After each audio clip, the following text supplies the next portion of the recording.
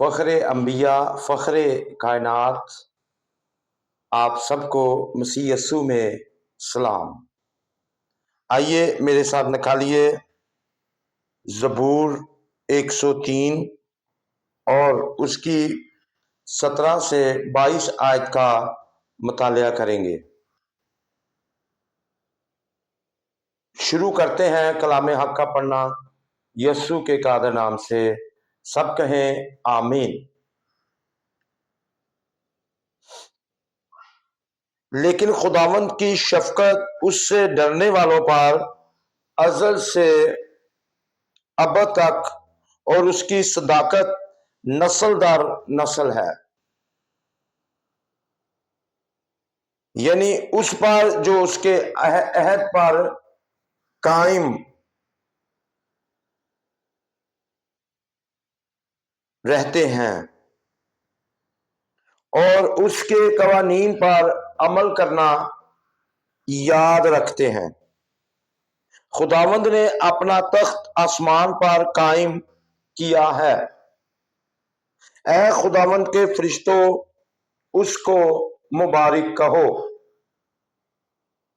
تم جو زور میں بڑھ کر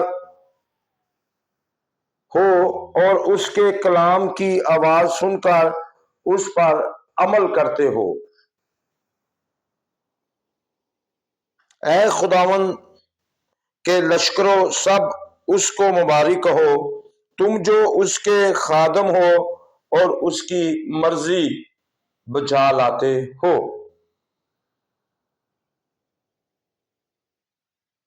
اے خداوند کی مخلوقات، سب اس کو مبارک کہو، تم جو اس کے تسلط کے سب مقاموں میں ہو۔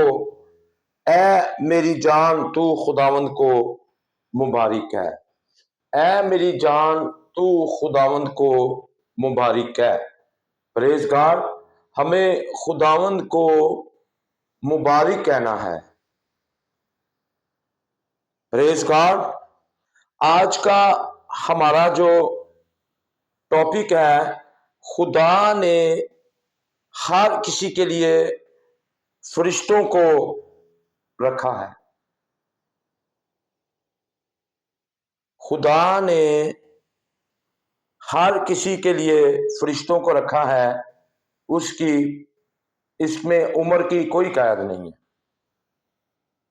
اور آئیے میرے ساتھ ایک اور حوالہ نکالیں۔ عبرانیوں 1:14 میں لکھا ہے، کیا وہ سب خدمت گزار روحیں نہیں جو نجات کی میراث پانے والوں کی خاطر خدمت کو بھیجی جاتی ہیں۔ یہ خاص یہاں پر تفریق ہے کہ جو نجات کی میراث پانے والے ہیں ان کے لیے خدا کی روحیں ہیں جو بھیجی جاتی ہیں، جو ان کی حفاظت کے لیے بھیجی جاتی ہیں۔ انہیں خوف زدہ ہونے کی ضرورت نہیں، انہیں ڈرنے کی ضرورت نہیں، کیونکہ ان کی حفاظت کے لیے خدا خدمت گزار روحوں کو بھیجتا ہے۔ بے شک وہ خدمت کر رہے ہیں، بڑے خطرناک علاقہ ہے، یا ان کے بچے بڑی مشکلات میں پھنسے ہوئے ہیں، تو خدا ان کی مدد اوپر آسمان سے بھیجتا ہے۔ خدا خدمت گزار روحوں کو بھیجتا ہے تاکہ وہ ان کی مدد کریں۔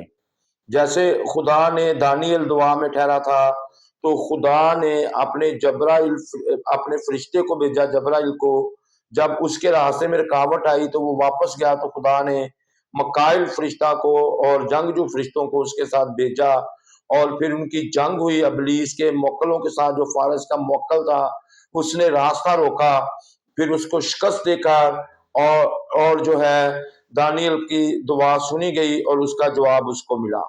آج ہم بھی جو دعائیں کر رہے ہیں، اور آپ خوف زدہ نہ ہوں، جو آپ دعا کر رہے ہیں اپنے بیٹے کے لیے، اپنے بزنس کے لیے، اپنے کام کاج کے لیے، یا اپنی جاب کے لیے، یا اپنے خاندانی حالات کے لیے، یا اپنے ملکی حالات کے لیے، خدا آپ کے لیے آسمان سے مدد بھیجے گا۔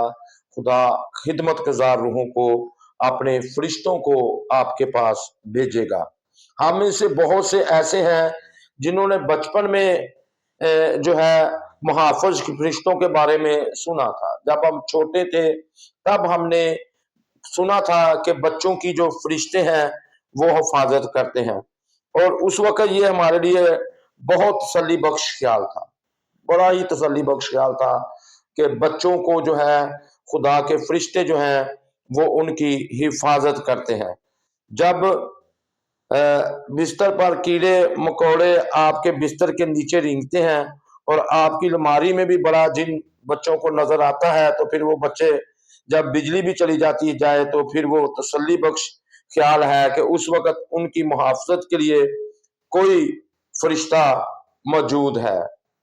اور میرے عزیزوں، لیکن جس طرح برس گزرتے گئے ہم بچپن کے خوف ناک خیالات سے آزاد ہو گئے۔ جب ہم بڑے ہو گئے بچپن کے خوفناک خیالات سے ہم آزاد ہو گئے، تو پھر کیا ہوا میرے عزیزوں؟ وہ خیال جو کیڑے مکوڑے اور جن والا تھا وہ ہمارے ذہن سے نکل گئے، اور افسوس کی بات ہے کہ اس کے ساتھ فرشتے بھی ہمارے ذہن سے نکل گئے۔ جب وہ خیالات نکل گئے تو ہمارے ذہن سے خدا کے فرشتے بھی نکل گئے، جبکہ فرشتوں کو ہمارے ذہن سے نہیں نکلنا چاہیے تھا۔ اور ایک خدا کے خادم کہتے ہیں کہ میں دعا کر رہا تھا، اور کیا ہوا کہ ایک بڑا مشکل کام تھا، بہت گرے ہوئی ایک فیملی تھی مصیبتوں میں، اور میں اس کے لیے دعا کر رہا تھا۔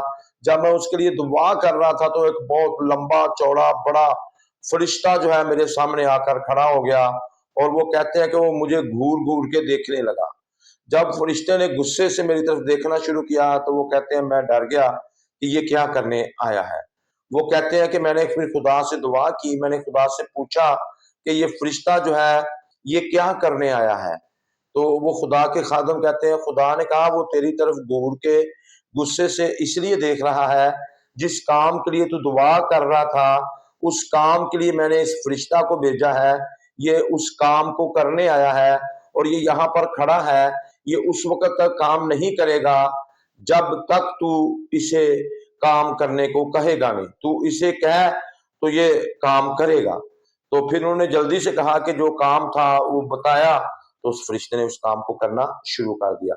بہت سارے لوگ ایسے ہیں جو خود تو سستی کاہلی کا شکار ہیں، اور جب وہ دعائیں کرتے ہیں تھوڑی بہت، وہ خدا جب فرشتوں کو بھیجتا ہے تو وہ ان کو بھی اپنا کام کرنے کے لیے نہیں کہتے۔ تو اس لیے میرے عزیزو، خدا ہماری مدد کے لیے فرشتوں کو بھیجتا ہے۔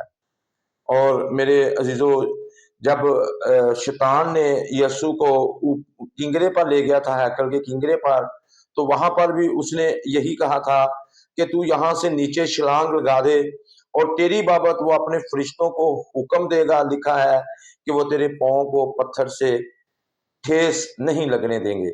اور اس نے کہا یہ بھی لکھا ہے کہ خداوند اپنے خدا کی آزمائش نہ کر۔